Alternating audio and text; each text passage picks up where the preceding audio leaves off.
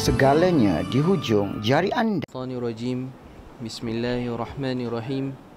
Uhayyikum bitahiyyatil Islam, tahiyatan mubarakatan min indillahi azza wa jal. Ala wa hiya assalamualaikum warahmatullahi wabarakatuh.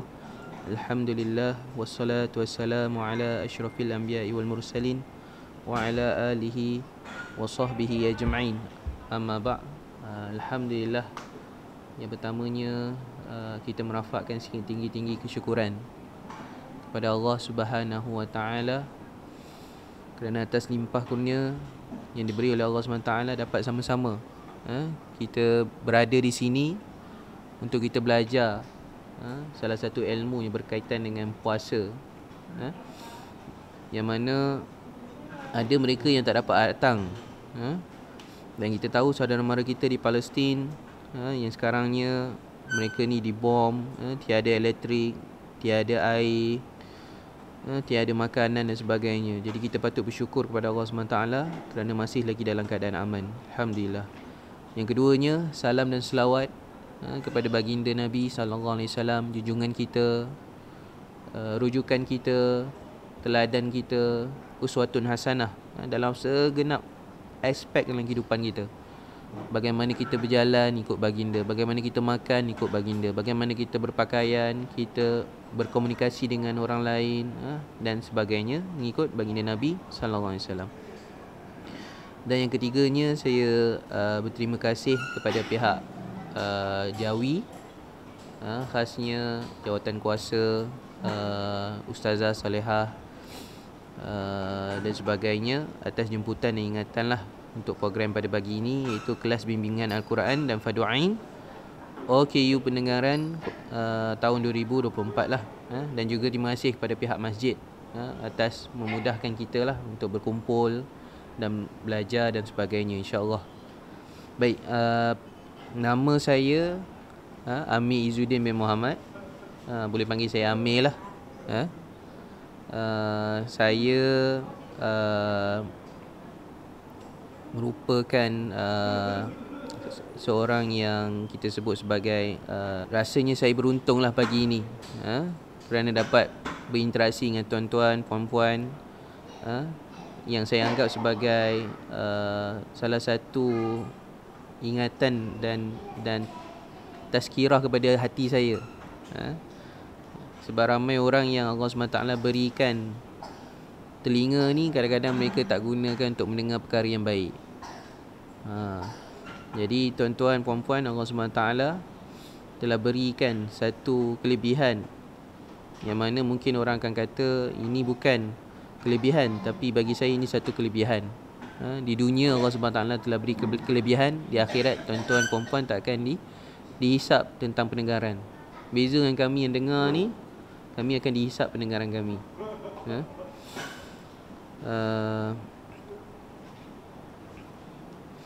Baik, kalau tuan-tuan ada slide dalam telefon tu, boleh kita tengok slide yang pertama.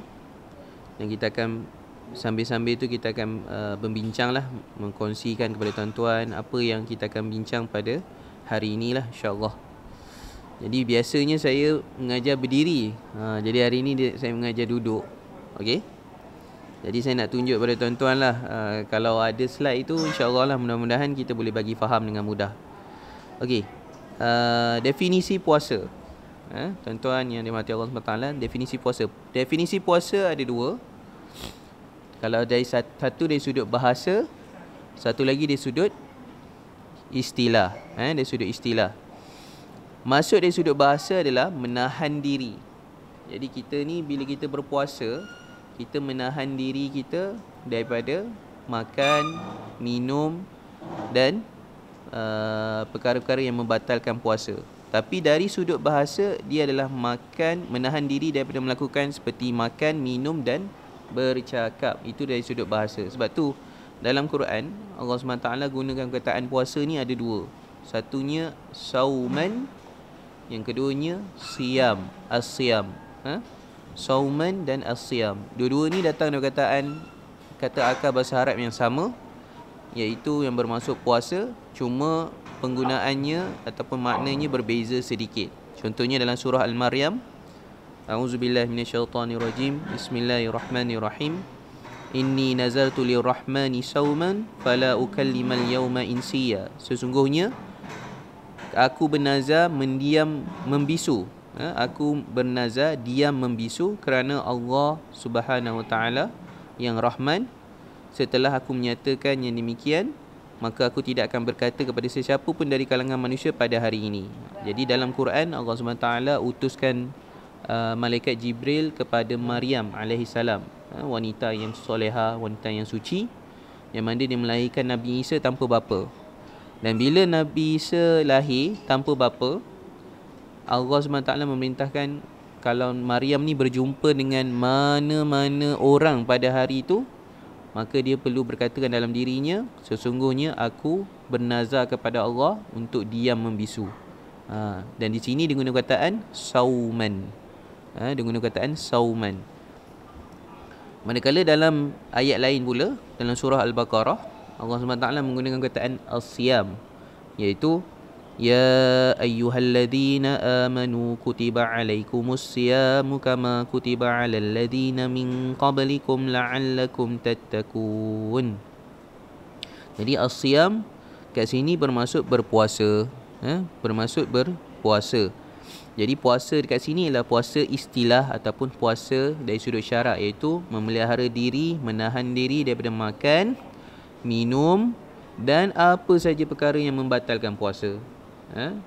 Jadi ini definisi dua puasa yang berada dalam Al-Quran. Kalau tuan-tuan orang tanya, inilah dia dua dalam Quran. Baik. Sejarah puasa. Jadi mungkin ada di antara kita yang bertanya, bilakah puasa ni disyariatkan oleh Allah Subhanahu Wa Taala? Jadi Nabi kita ni telah meninggalkan kita 1400 tahun dahulu. Lama sudah. Dan bagaimana puasa tu telah menjadikan sebahagian daripada syariat Islam. Jadi sejarah puasa ni bermula apabila Allah SWT mengutuskan Nabi Muhammad SAW, dan kemudian Allah memberitahu pada Nabi Muhammad SAW yang mana puasa ni bukan perkara baru. Dia bukan dimulakan oleh Nabi SAW, tetapi telah dimulakan oleh umat-umat terdahulu sebelum Nabi SAW. Contoh ayat apa yang kita baca tadi, dalam surah Al-Baqarah, Allah SWT menyebut, wahai orang-orang beriman, kamu diwajibkan berpuasa sebagaimana diwajibkan ke atas orang-orang dahulu daripada kamu, supaya kamu bertakwa. Jadi orang-orang terdahulu sudah pun berpuasa. Cumanya kita tidak tahu sama ada dia dikhususkan pada bulan tertentu ataupun dikhususkan pada waktu tertentu, ataupun kita tidak tahu sama ada siapakah mereka yang diwajibkan puasa tu. Macam kita orang Islam, kita ada Al-Quran, Allah SWT sebut, kita tahu orang Islam puasa. Tapi macam mana umat-umat terdahulu, kita tidak tahulah, kerana maklumat itu telah sama ada hanya sedikit orang yang tahu ataupun telah hilang ditelan di zaman lah. Siapakah umat terdahulu antara maklumat yang kita ada? Contohnya ialah puasa Nabi Daud alaihissalam. Jadi Nabi Daud alaihissalam ni adalah Nabi-Nabi yang diutuskan oleh Allah SWT kepada kaum Bani Israel. Dan Nabi SAW bersabda dalam satu hadisnya, puasa yang paling dicintai oleh Allah Azza wa Jalla adalah puasa Nabi Daud alaihissalam. Baginda Nabi Daud berpuasa satu hari, kemudian tidak berpuasa kepada keesokannya. Dan ini berterusan selama setahun.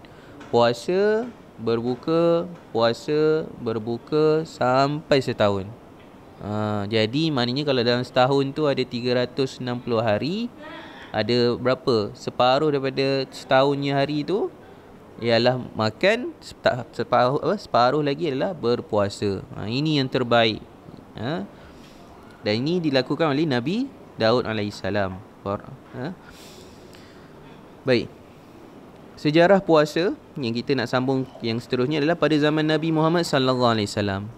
Jadi kita dah tahu puasa ni tidak dimulakan pada zaman Nabi sallallahu alaihi wasallam, tapi dimulakan lebih awal lagi Dan bila Nabi SAW, Nabi terakhir, Rasul terakhir yang diutuskan oleh Allah SWT, maka kita perlu tahu yang sejarah puasa pada zaman Nabi ni tidak bermula dengan apabila Nabi terus dilantik, terus ada puasa. Tidak.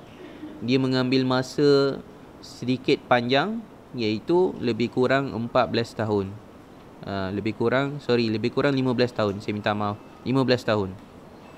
Jadi kalau tuan-tuan, puan-puan maklum, Nabi SAW berdakwah di Mekah 13 tahun.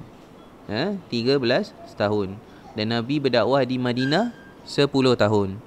Sepanjang dakwah Nabi 13 tahun di Mekah, tidak diwajibkan berpuasa kepada umat Islam.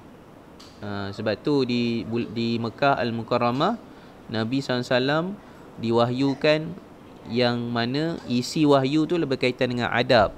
Berkaitan dengan adab, berkaitan dengan kisah-kisah Nabi terdahulu, berkaitan dengan puasa, berkaitan dengan syurga neraka, berkaitan dengan pahala dosa. Itu isi dakwah Nabi sepanjang di Mekah 13 tahun. Apabila masuk ke fasa Madinah, ke zaman Madinah, maka Nabi SAW mula menerima wahyu daripada Allah SWT yang berisi hukum. Ketika itulah diutuskan wahyu, iaitu Nabi SAW perlu melakukan haji, perlu menutup aurat, tak boleh minum arak, yang bersifat hukum. Dan bagi puasa pula, dia diwahyukan pada Nabi SAW pada tahun kedua hijrah. Jadi Nabi SAW berhijrah daripada Mekah Al-Mukarramah ini pada bulan Safar dan sampai pada bulan Rabiul Awal. Jadi Nabi SAW bila sampai ke Madinah, tahunnya tak dikira kosong, tapi dikira satu. Jadi kita sebut apa? Bila sampai ke Madinah tu, tahun pertama tu tak dikira kosong, tapi dikira satu. Jadi satu hijrah tidak diwahyukan apa-apa tentang puasa. Tapi tahun kedua, tahun depan, maka 10 Muharram, Nabi SAW mewajibkan, yang mana sebelum beberapa bulan lah wahyu puasa tu diturunkan. Dan apabila masuk bulan berdekatan bulan Ramadan, Allah SWT memahyukan kepada Nabi untuk berpuasa, maka tahun yang sama Ramadan diwajibkan puasa selama sebulan. Jadi di Madinah ni puasa Ramadan bermula tahun kedua hijrah. Tahun kedua hijrah. Dan apabila puasa telah diwahyukan, tahun yang sama juga hukum zakat diwahyukan. Jadi bagaimana dengan 10 Muharram tadi? Puasa sunat, puasa yang kita tahu sekarang ni jadi sunat. Macam mana dengan puasa 10 Muharram? Jadi apabila dah diwajibkan Ramadan, puasa selama sebulan, maka 10 Muharram ialah puasa sunat lah. Menjadi puasa sunat. Baik. Itulah sejarah puasa lah secara ringkas. Baik. Apa bukti dalam Al-Quran berkenaan dengan bulan Ramadan? Jadi di sini ada ayat Quran yang mana Allah SWT menerangkan bulan Ramadan adalah bulan diturunkan Quran dan bulan berpuasa. A'udzubillahi minasyaitonirrajim.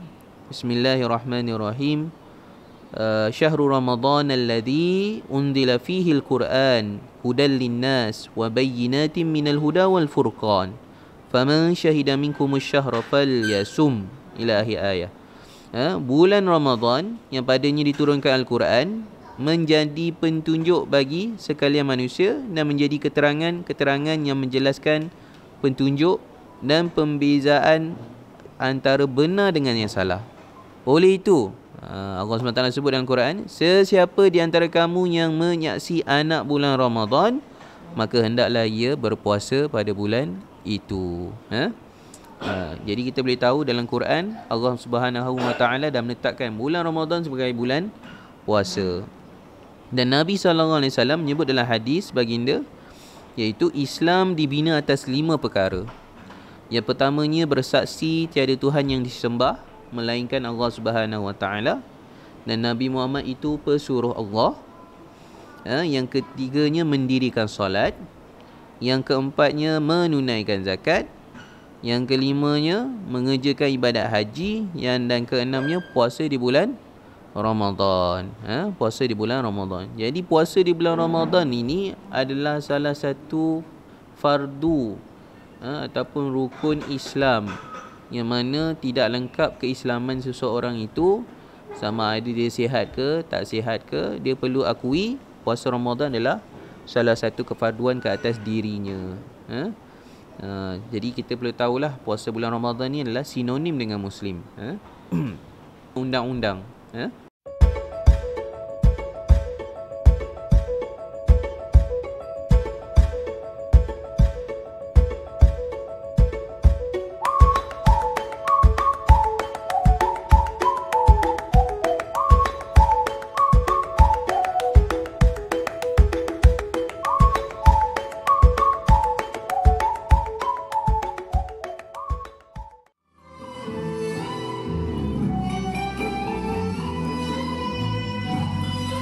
Segalanya di hujung jari anda.